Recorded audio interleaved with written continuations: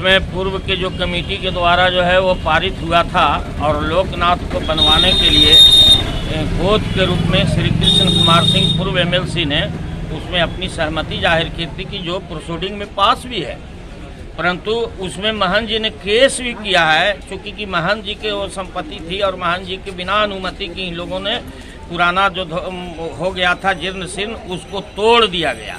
जबकि यदि उसमें सही से जांच हो जाएगा तो टोटल लोग उसमें फंस सकते हैं। क्यों कि ये पुरातत्व विभाग का चीज़ है, बिना उससे इजाज़त लिए आपने मंदिर को जीर्ण शीर्ण अवस्था जब हुआ तो तोड़ कैसे दिया। चलिए उतना विषय में मैं नहीं जाऊंगा, परंतु आज तक वो मंदिर का निर्माण नहीं हुआ, न शिवलिंग न घंटी, जिसका केस भी रमेश गिरी महंत ने किया है, उसी का खामियाजा है कि रमेश गिरी के साथ प्रशासन द्वारा सौतेला रवैया अपनाया गया और महंत अपना जान बचाने के डर से और रोक दिखाने के चलते वो मठ छोड़ के गैर हाजिर है।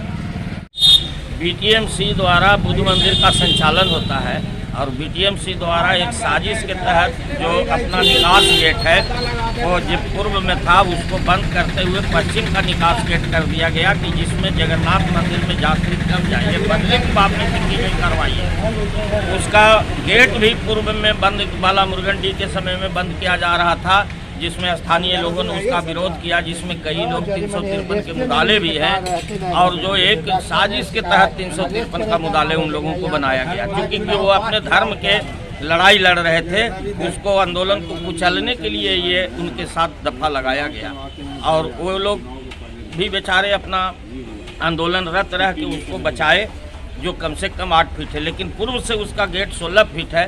जो माननीय राष्ट्रपति उस समय बिहार के राज्यपाल थे और वो आए थे दर्शन को, तो उन्होंने मौखिक आदेश दिया था तत्कालीन डीएम को कि एक धर्म को संरक्षित करने के लिए दूसरे धर्म को आप क्यों बर्बाद करेंगे।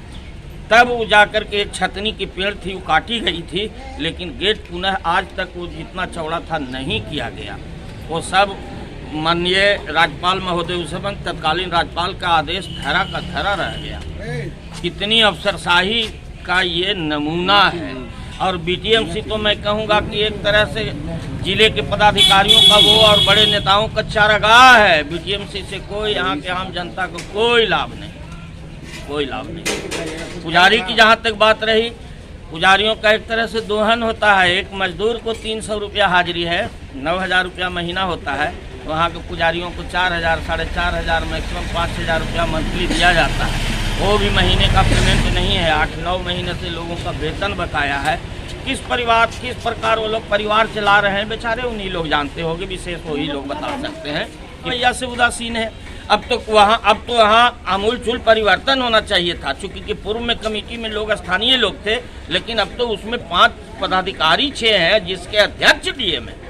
और स्वच्छता मिशन की धज्जी यदि पूरे बोधगया में कहीं उड़ रही है तो वो जगन्नाथ मंदिर में है, जाकर के पीछे गंदगी का अंबार है।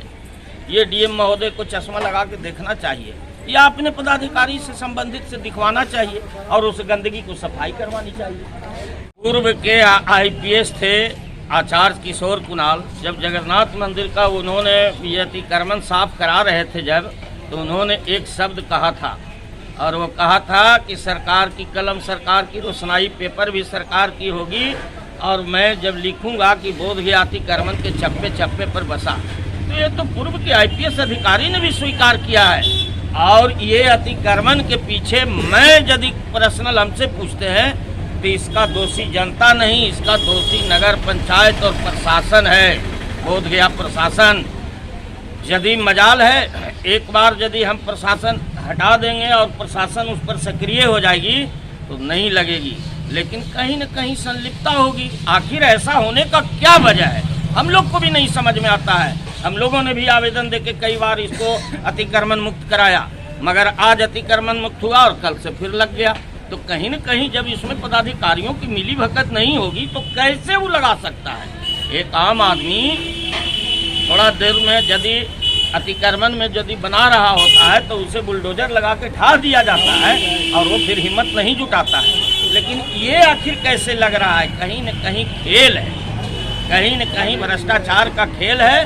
तभी ऐसा स्थिति है कि आम आवाम, ये जो सड़क है ये मुख्य सड़क है ये 4 प्रखंड को जोड़ता है, डोभी, मोहनपुर, बाराचट्टी और बोधगया, और मात्र एक ही सड़क है। आए दिन इसमें कई हादसा हो चुके हैं, कई व्यक्ति अपना जाम के चलते जान भी गंवा चुके हैं। लेकिन जहां अंधेर नगरी, चौपट राजा, टकेसर खाजा, टकेसर भाजा, वहां जहां स्थिति हो वहां अब हम लोग तो कहने का भी हिम्मत नहीं जुटाते हैं, इसलिए कि हो सकता है कि प्रशासन बदले की कार्रवाई से एक FIR न ठुकवा दे। इसीलिए सभी लोग अब ये चीज कहने से भी डरते हैं, जैसा स्थिति गया जिला प्रशासन